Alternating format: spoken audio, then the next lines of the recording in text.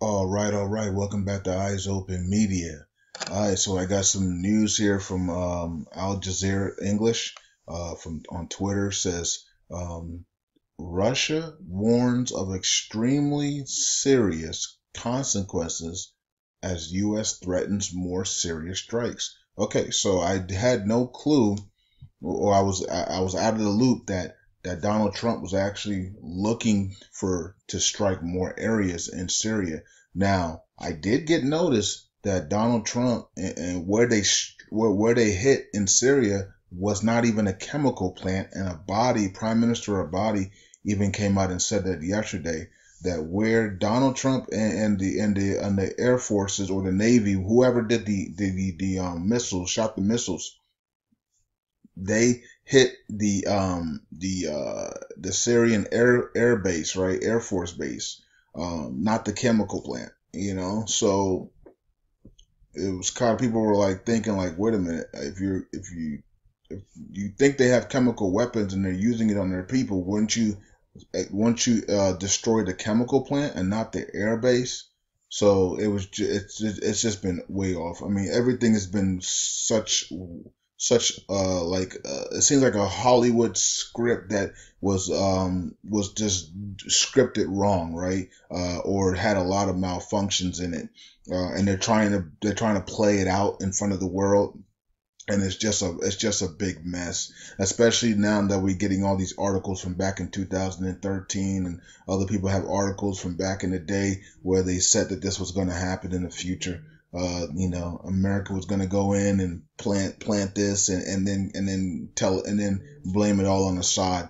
And Vladimir Putin said the same thing. Like, why are you blaming Assad?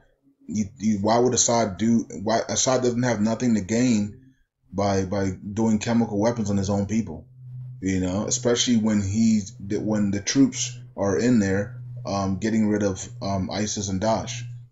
Okay, but here's the thing: the New World Order, the elites, they have something to gain, because if they can blame Assad, then they can remove Assad and they can keep their puppets, which are the terrorist groups, continuing to loom and around Syria. So Vladimir Putin understands that, and he knows that clearly. I don't know why Donald Trump doesn't understand that, but Vladimir Putin understands that clearly, that the globalists want the chaos to continue, because what's going on right now in Syria is that the ISIS and Daesh members and all the terrorist rebels are being defeated. This is why John McCain made that secret trip to Syria. And then we got the information that something bad was going to happen in Syria, and we told you guys. And then a day or two later, they had some type of chemical attack, right? So that's not Assad. If why would we have intel that Assad is going to do a chemical weapon, and then Assad is telling U.S. embassy members and Americans to evacuate or to not travel to Syria? Come on now. Why would Assad forewarn, if he was going to do chemical attacks on his own people? Why would he forewarn the U.S. embassy and Americans to not come into Syria? Okay, that's stupid, right? So the fact that we got the information that the U.S. embassy had to be evacuated, and for Americans to not travel to Syria because something bad was about to happen, tells you that Assad didn't do the chemical attacks. It was the globalists. It was the Americans. Okay, the globalists did the attacks. Okay, now it might not have been the Americans per se, but it was American paid puppets that did it. Basically, the terrorist groups that the McCain's control, or the elites control, that they want to keep those people in power. And Russia saw right through that. Vladimir Putin saw right through it. Ron Paul even saw right through that. Right? He said there's nothing for Assad to gain by doing chemical weapons on his own people. There's nothing to gain, especially when they're coming to the end stages of defeating Daesh and ISIS. but there is a lot for to gain for the globalist New World Order, because they are losing and they want to continue to fight in Syria and continue to create the chaos. They don't want any peace in Syria. Now, Russia says here that they warn of extremely serious consequences as the U.S. threatens more Syria attacks. Now, if we go here, Eric and others had posted stuff on the 365 page, and Eric says here that 365 Syria is central to Gazprom, Iran, and China. Okay, I don't know what Gazprom is, or Gazprom. I don't know what that is. I know Gaza, if that's what he's talking about. Anyways, China, oil, Silk Road, etc. Also, Syrian border collapses, then ISIS flows into Russia. Russia-Syrian relations. Okay, so that's one of the reasons why Russia is so eminent about what's going on, because they don't want Daesh and ISIS to defeat and take over Syria, and they don't want Assad to be ousted out of Syria, because then that gives ISIS and Daesh a leeway into Russia. Okay, so thanks for Eric for that, for letting us know about that. Also, Eric posted here that here comes Russia. It says Vladimir Putin says, attack Syria, you'll have to go through me. That's basically what he said. You'll have to go through me. Okay, so and we know why, because it deals with the Silk Road, it deals with oil, it deals with gas, it deals with the borders, and so if Syria collapses under ISIS and Daesh, then they become a big threat to Russia. So and looks like Vladimir Putin sees that clearly. Okay, so let's come up here. I think Adrian had something about it, I think, as well. Let me come down here. Hold on, what is this? Germany poised to beat Poland in rift over Russian gas pipeline to Europe. Okay. Syria, another pipeline war. Could be. It could be. I didn't know Syria had that much oil. Now, they might have gas or something, but I didn't know Syria had that much oil, I didn't know. Another pipeline war. Goodness gracious. But I think the Silk Road is probably more important for them.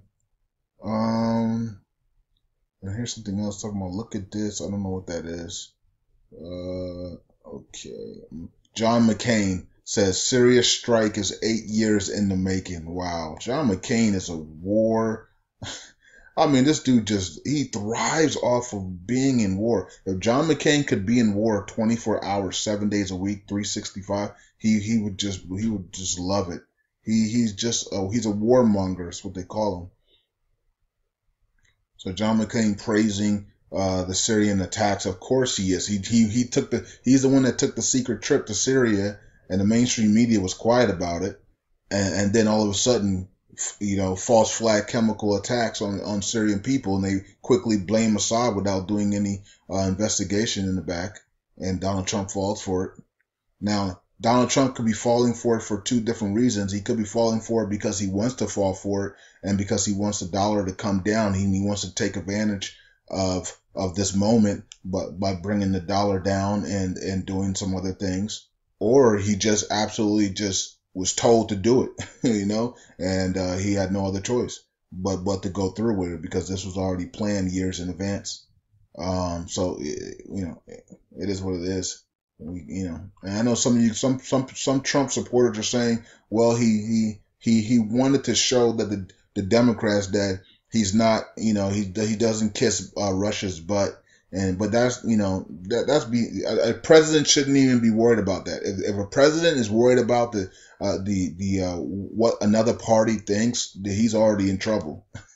He shouldn't be thinking about things like that. That is like little kid stuff. Like, this is a president of the United States. He shouldn't be thinking about what the Democrats think about him, showing the Democrats that the Democrats don't care about Donald Trump, regardless of what he does. Right. So even if they're happy about They're only happy of that Donald Trump strike in Syria because it allows their terrorist groups that they control and fund to run rampant in Syria. So that's all they're doing, you know what I mean? So it's not like they're by Donald Trump's side. They're not by Donald Trump's side. They're by the people that they fund side that are going to be able to make moves in Syria. Just like Al Qaeda and ISIS were celebrating Donald Trump's airstrikes because they understand that if you're striking the air base in Syria, guess what? Then these planes or whatever you're striking, they can't come out and come in the air and they can't annihilate us any longer. Or at least there's a delay in annihilation of the terrorist groups because these areas are been bombed.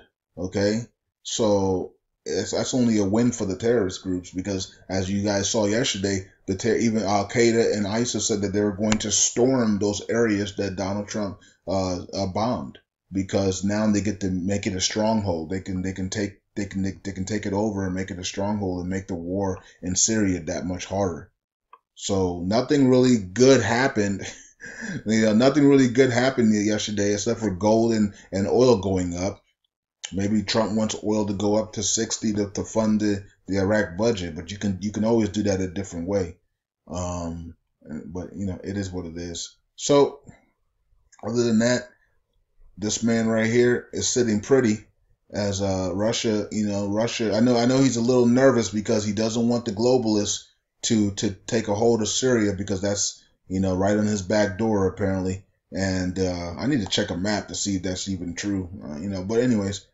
He's watching closely, and the reason why Vladimir Putin can be this bold, because he's never been this bold, but he can be this bold because he has the big dragon backing him up, right? China's backing him up. So, and also North Korea and Iran. So he knows that, and also the BRICS. He knows that he can talk the talk because he has countries to back him up. Now, if he was by himself and China and everybody else wasn't backing him up, he would be in big trouble. Okay?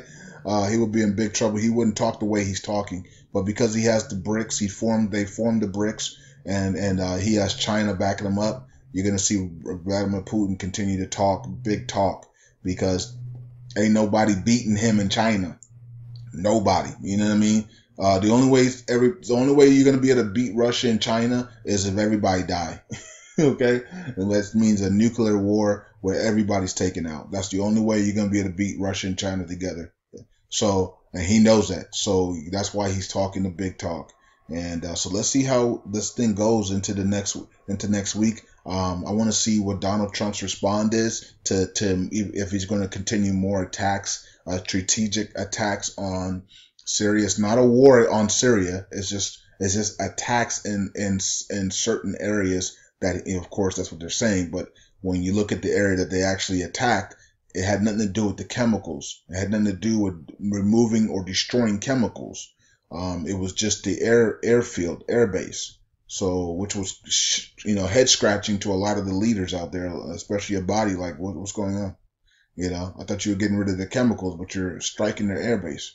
Something's not right. Okay. So anyways, Russia warns of extremely serious consequences as U.S. threatens more serious strikes. We'll see what NATO has to say about this, hopefully this week. We'll see what the United Nations has to say about this as well.